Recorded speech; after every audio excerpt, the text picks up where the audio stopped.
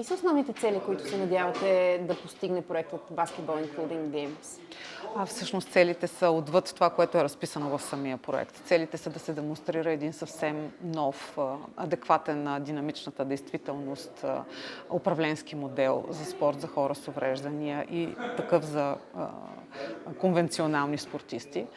Разбира се, една от целите е да покажем добро партньорство на международно ниво, защото такова, както всички партньори в проекта вече потвърдиха, липсва, за съжаление, в оперативен план. Също така цел е да провокираме широката общественост да повярва повече в собствените си сили, като демонстрираме не само постигане на мечти, но минаване и отвъд мечтите, когато баскетболистите на колички правят големите си спортни постижения на европейско, на световно ниво.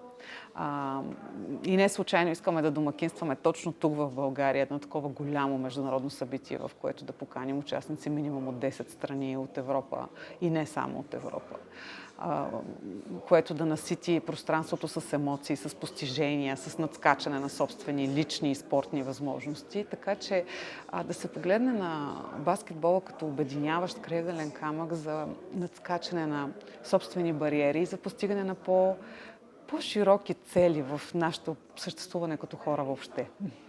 Кои са основните трудности, които срещате в издигането на баскетбол за хора с увреждания на едно наистина професионално ниво? Има ли примери, които се стремите да догоните, да постигнете?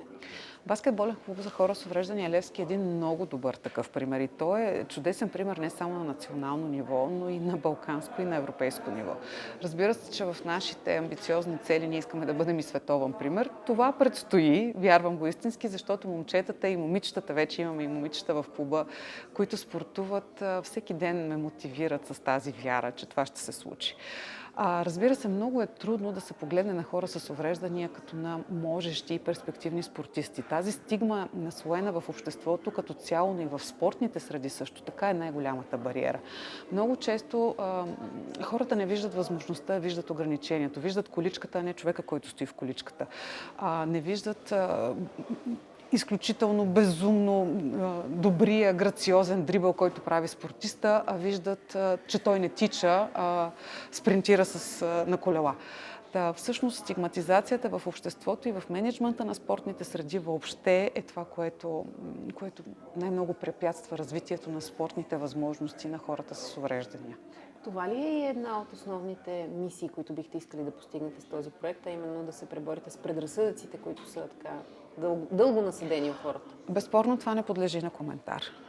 И ние го правим, демонстрирайки всеки път все по-добро и по-добро класиране в различни спортни състезания.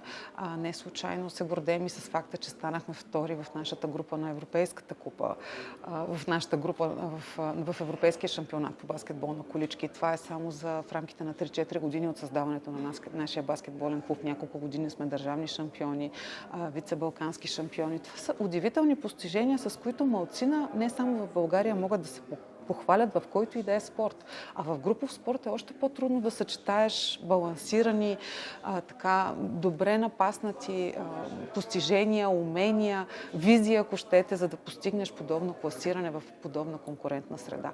И да не говорим, че в България няма традиции в тази сфера. Ние сме наистина първенци и трябва да бием партина, по която се надявам много други хора вече пък с лекота да стъпят на нашите ramена и да постигнат много по-високи постижения, с които България, Балканите, Европа да се гордее. Задачата ви със сигурност не е лека, но пък е много смислена. Срещате ли приемственост от представителите на международните организации, които са тук днес? Партньорството е великолепно. Имаме такъв консорциум, толкова вдъхновяващ, толкова раздаващ се на толкова високо ниво от 10 държави. 11 всъщност са партньорите от 10 държави, раздаващи се с огромен капацитет зад гърба си, няколко национални федерации, международна, световна. Има не само отворени врати, има отворени обятия за това да се дава повече и повече. Тази споделеност на идеите в нашето партньорство дава възможност действително всеки от партньорите да стъпи на раменете на другия, да не извървява същия път, а да се възползва от неговите постижения, да добави своите. И подобно разбиране за партньорство е най-естественият начин да се постигне огромна крачка напред, което всъщност проектът желае да направи. Много ви благодаря, желая много успех на проекта. Благодаря и аз.